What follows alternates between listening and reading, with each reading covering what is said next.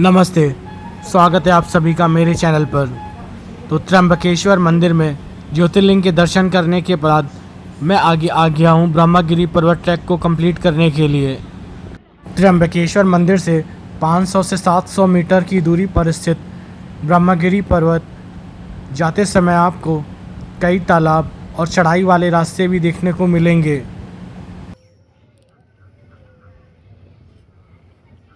और अब हम पहुंच रहे थे ब्रह्मगिरी पर्वत के स्टार्टिंग पॉइंट पर, जहां से ट्रैक शुरू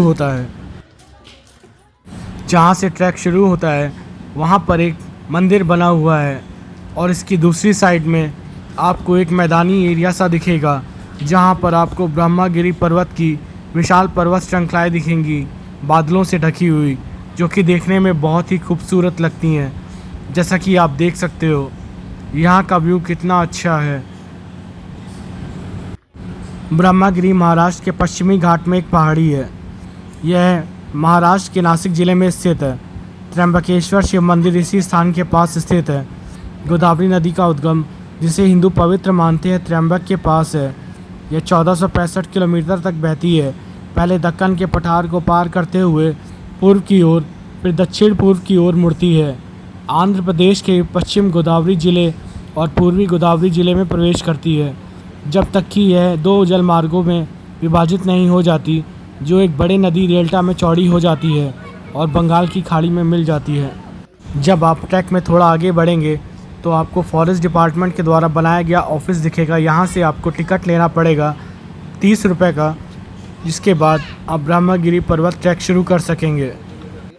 इस ट्रैक को पूरा करने के लिए आपको 750 से भी ज़्यादा सीढ़ियों को चढ़ना पड़ेगा एक साइड से। यहाँ पर आधे रास्ते पर सीढ़ियाँ टूटी फूटी और काफ़ी ज़्यादा ऊंची हो जाएंगी, जिसमें बरसात का पानी लगातार बह रहा होगा, जिसकी वजह से सीढ़ियाँ बहुत स्लिपरी हो जाती हैं। त्र्यंबकेश्वर से नियमित सीढ़ियों के माध्यम से गंगा द्वार और गोरक्षनाथ गुफा तक पहुँचा जाता है, जो त्र्यंबकेश्वर का अंत है। और फिर से नीचे उतरते समय दाईं ओर ब्रह्मगिरी की ओर जाने वाली एक सड़क है। इस मार्ग पर चलते हुए चट्टानों में खुदी हुई सीढ़ियाँ पहुँचती हैं। आज के समय में भी सीढ़ियाँ ठीक ठाक हैं।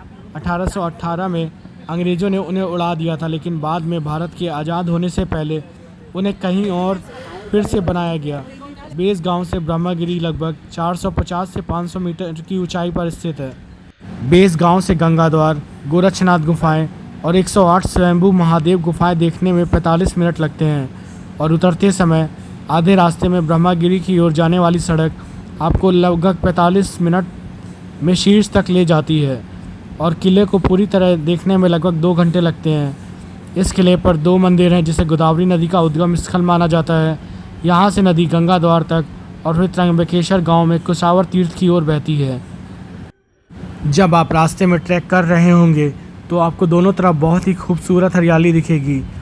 प्लस यहाँ पर जगह जगह पर बोर्ड लगे हुए हैं फॉरेस्ट डिपार्टमेंट की तरफ से, जो आपको चेतावनी देते हुए दिखेंगे। यहाँ पर तेंदुए भी हैं। जब आप ट्रैक करके रास्ते में आगे बढ़ रहे होंगे तो यह माता रानी का आपको मंदिर दिखेगा। माता रानी से आशीर्वाद लेने के बाद हम आगे बढ़ गए।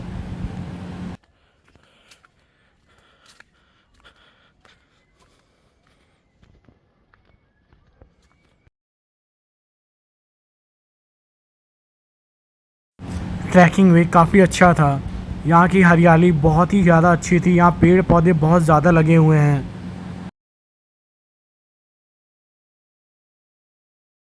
और अब शुरुआत होने जा रही है सबसे ख़तरनाक सीढ़ियों की, जो यहाँ से कुछ ऊंचाई पर जाने के बाद शुरू होती हैं।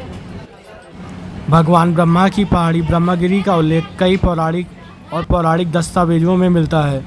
पुराणों में कहा गया है कि महर्षि गौतम और उनकी पत्नी अहिल्या इस पहाड़ी पर निवास करते थे।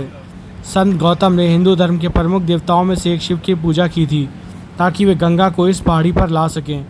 ब्रह्मगिरी पहाड़ियों में इस नदी को गौतम नदी के नाम से जाना जाता है।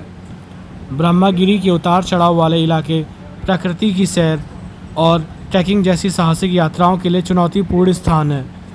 लकड़ी के पेड़ों के बीच कई ट्रैकिंग ट्रेल्स हैं। यह पर्वतमालाएं प्राकृतिक आकर्षणों और दर्शनीय स्थलों से भरपूर है।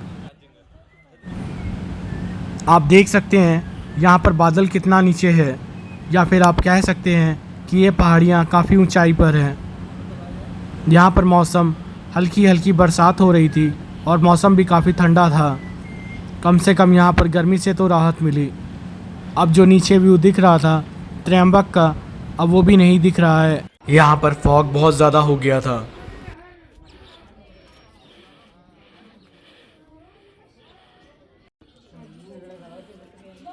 जल्दी ही वो जगह आ गई जहाँ पर्वत को भीतर से काट कर उसी के चट्टानों की सीढ़ियाँ बनाई गई थीं। ऊंची ऊंची घुमावदार सीढ़ियाँ एक काफ़ी ऊंचाई ले लेती हैं। यह सबसे कठिन भाग है। इस जगह पर ऊपर चढ़ते वक्त पैरों और फेफड़ों पर काफ़ी ज़्यादा असर होता है।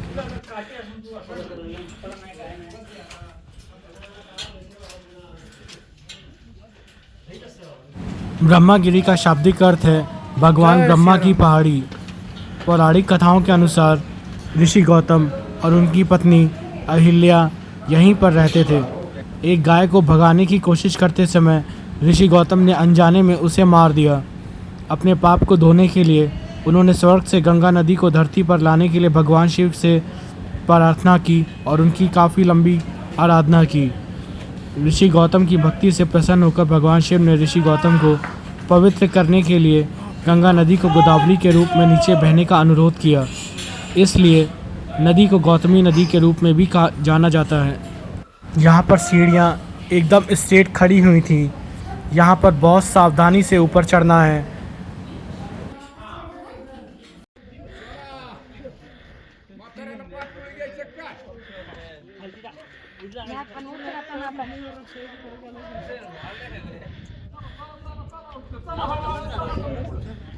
जब आप ट्रैक कर रहे होते हैं, जब आपको कुछ दूरी अकेले चलने के बाद रास्ते में एक दुकान मिलती है तो बड़ा सुकून मिलता है। यहाँ पर रुक कर शरबत पिया और फिर चल दिए आगे की तरफ।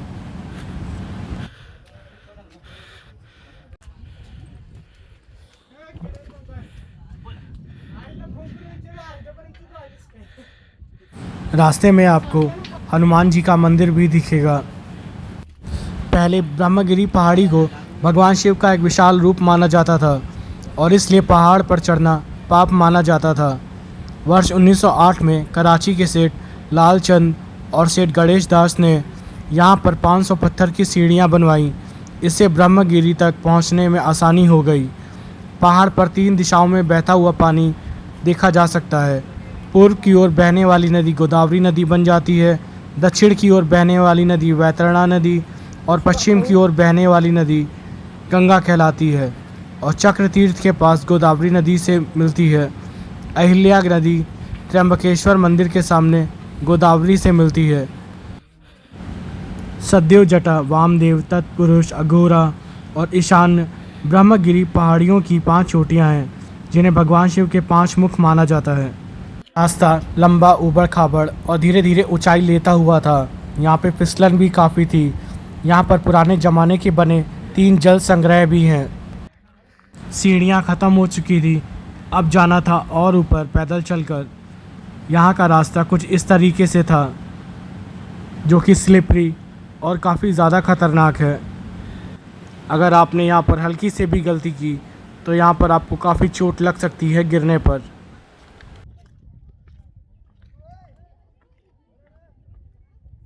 यहाँ पर ट्रैक काफ़ी खड़ी चढ़ाई वाला है और अगर आप नियमित ट्रैकिंग करने वाले नहीं हैं तो यह आपके लिए चुनौतीपूर्ण हो सकता है। ब्रह्मगिरी एक अत्यधिक धार्मिक स्थान है, लेकिन यह फिटनेस के प्रति उत्साही प्रकृति प्रेमियों और एड्रेनालाइन के शौकीनों के बीच भी उतना ही लोकप्रिय है। आपको एक बात और बता दूं, जब भी आप ट्रैक शुरू करने वाले हों उससे पहले आपको एक भी हैवी खाना नहीं खाना है, वरना आगे आपको पहाड़ियों में ऊपर चढ़ने पर दिक्कत हो सकती है।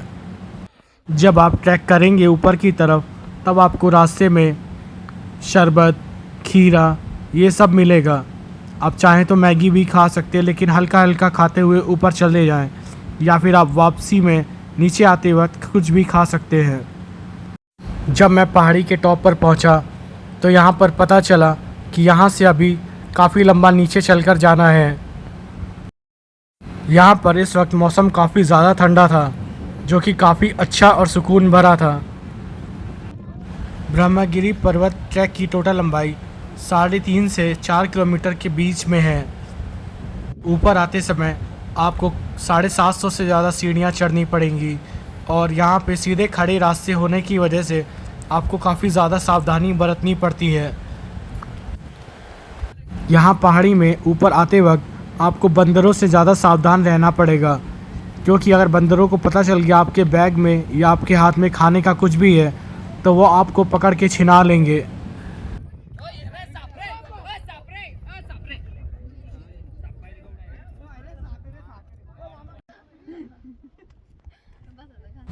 एक टाइम पर चलते चलते मेरी भी सांस फूलने लगी थी, इसलिए अब मैं रास्ते में रुकते रुकते जा रहा था। यहाँ पर स्कूल के कुछ लड़के भी ग्रुप में आए हुए थे, जो अपनी बकैती में लगे हुए थे।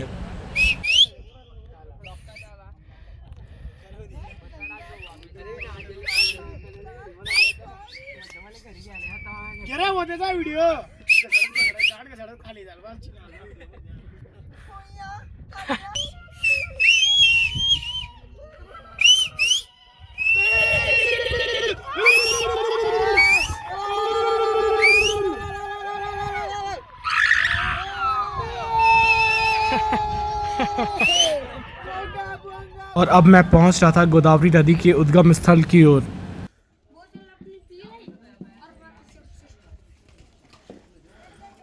ये है ब्रह्मगिरी मंदिर, गौतम ऋषि तपस्या स्थल और एक नया चक्रधर मंदिर है इसी के पास। ब्रह्मगिरी मंदिर में एक शिवालय है जिसमें ठीक वैसा ही विग्रह है जैसा त्र्यंबकेश्वर ज्योतिर्लिंग में है। यहाँ बंदर बहुत सारे हैं जिनसे बच के रहना चाहिए। अगर आप इन्हें कुछ भी खाने के लिए देंगे या इन्होंने कुछ भी आपके पास खाने के लिए देख लिया तो ये आप पर झपट्टा मार देंगे।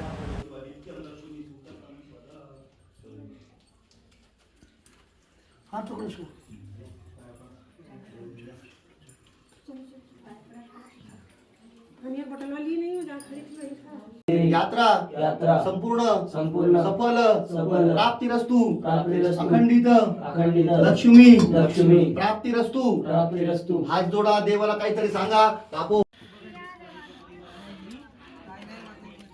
अब मैं जा रहा था उस जगह पर जहाँ पर गोदावरी नदी का उद्गम स्थल है। स्थानीय पुजारी बाल्टी से गोदावरी का जल निकालकर गाय की धातु मूर्तियों पर जलाभिषेक करते हैं और यहाँ आकर बहुत शांति का अनुभव होता है।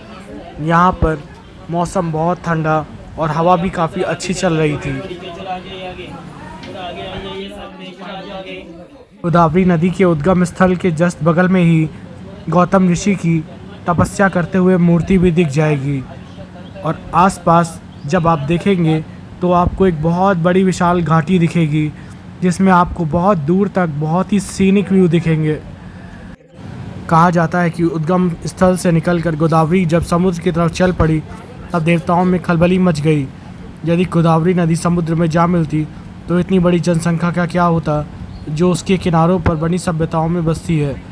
अतः गोदावरी को धरती की तरफ रुख कराने के लिए देवतागण शिवजी की शरण में गए।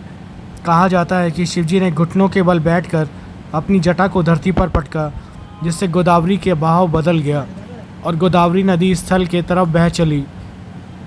उद्गम स्थान से निकलकर ये सबसे पहले गंग द्वार में दर्शन देती है और फिर कुशाव्रत में धरती पर आ जाती है। जिस स्थान पर शिवजी ने इस नदी को धरती की तरफ बहने के लिए प्रेरित किया था, आज वहाँ एक मंदिर बना हुआ है। गुफानुमा इस मंदिर में शिवजी के घुटने से धरती पर पड़ा हुआ निशान और उनकी जटा की चोट से धरती पर पड़े निशान की पूजा होती है।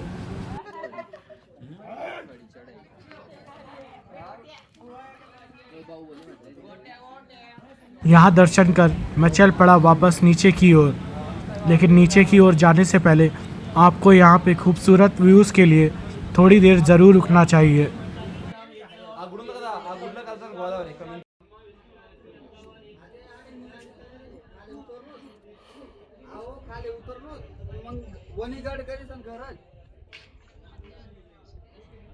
कभी कभी जब आप सोलो ट्रैवल कर रहे होते हैं तो पहाड़ों पर जाकर लगता है कि काश कोई और एक दोस्त भी साथ में होता, क्योंकि जब पहाड़ों पर होते हैं तो आप भी चाहते हैं कि आपकी कुछ अच्छी फ़ोटो निकलें, लेकिन मेरे पास मेरा ट्राइपॉड था। अब उसी की एडजस्टमेंट के साथ मैंने वहाँ पर अपनी फ़ोटो खुद से खींची।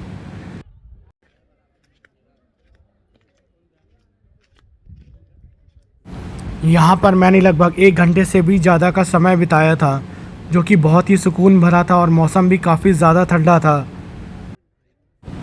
हर हर महादेव।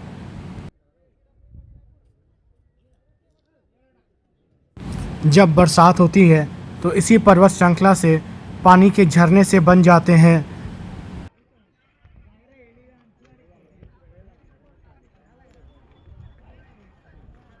और अब हमें जाना है वापस ऊपर की तरफ चढ़ाई करते हुए, देन फिर उतरना है नीचे की तरफ।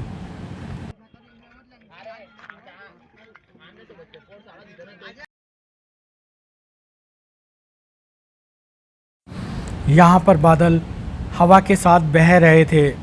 यहाँ पर विजिबिलिटी काफ़ी ज़्यादा लो थी, इसलिए आपको बहुत ही सावधानी पूर्वक ऊपर चढ़ना था।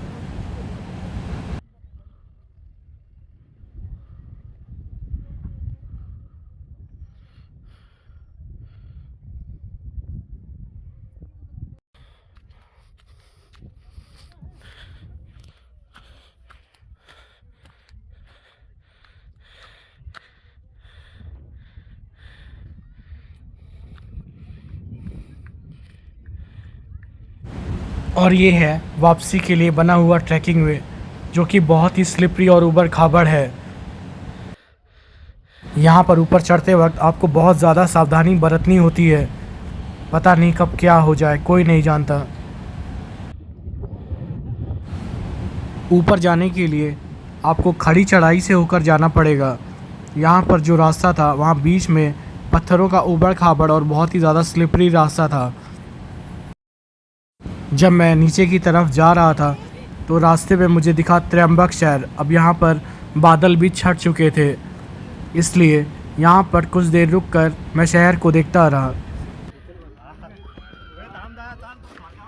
एक चीज़ और बता दूँ, जब आप पहाड़ की तरफ ऊपर चलेंगे तो आप कोई शॉर्टकट वाला रास्ता मत लेना, क्योंकि शॉर्टकट वाला रास्ता हमेशा ख़तरनाक होता है।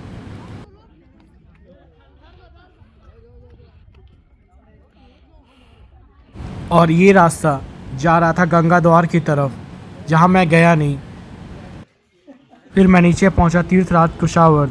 तीर्थराज कुशावर्त को नदी गोदावरी का प्रतीकात्मक मूल माना जाता है और एक पवित्र स्नान जगह के रूप में हिंदुओं द्वारा प्रतिष्ठित है।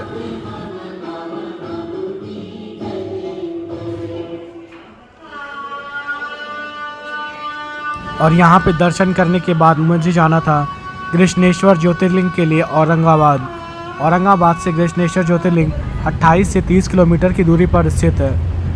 वापस जाते वक्त मुझे बस स्टैंड से एसी बस मिल गई, जिसका कि किराया 65 रुपये था नासिक बस स्टैंड तक जाने के लिए। तो मिलते हैं आपको अगले वीडियो में कृष्णेश्वर ज्योतिर्लिंग के दर्शन के साथ। हर हर महादेव।